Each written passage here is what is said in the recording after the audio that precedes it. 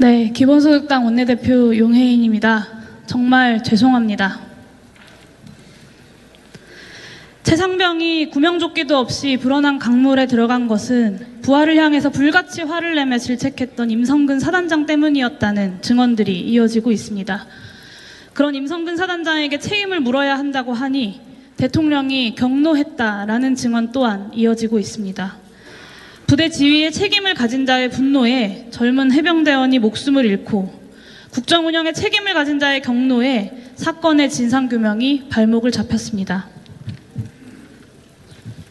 그런데도 대통령이 경로하는 것도 잘못이냐라며 그런 대통령을 옹호하고 국민의 생명과 안전은 거들떠보지도 않겠다는 것이 오늘 국민의힘의 결정입니다.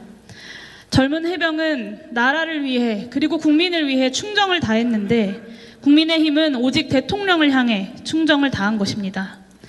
윤석열 대통령은 국민을 지키는 데 사용하라고 얻은 권력을 오직 본인과 본인을 따르는 이들을 지키는 데에만 사용한 것입니다. 민주주의를 입에 거론할 자격이 없는 세력입니다. 국정 운영을 이어가서는 안 될 무도한 정권입니다. 심지어 최근 군에서 사망 사건이 연이어서 발생하고 있습니다. 모 사단 신교대에서는 훈련병이 수류탄 투척 훈련 중에 사망했고 지난 23일에는 다른 부대의 훈련병이 가혹한 군기 훈련 끝에 사망했습니다.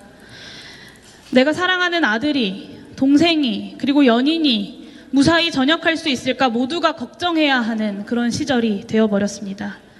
그렇기 때문에라도 최상병 특검법은 통과되었어야만 했습니다.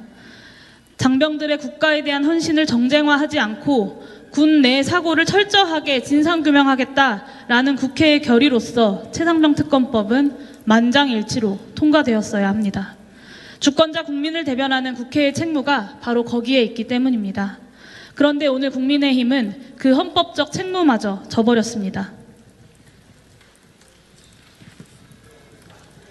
비록 오늘 최상병 특검법은 부결되었지만 당장 모레부터 시작하는 22대 국회는 헌법과 국민의 명령에 주저하지 않고 따를 것임을 명확히 밝힙니다.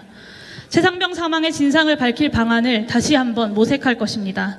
정권의 안위를 지키는 것만 남아버린 이 무도한 정권을 멈춰 세울 수 있는 모든 방안을 강구할 것입니다.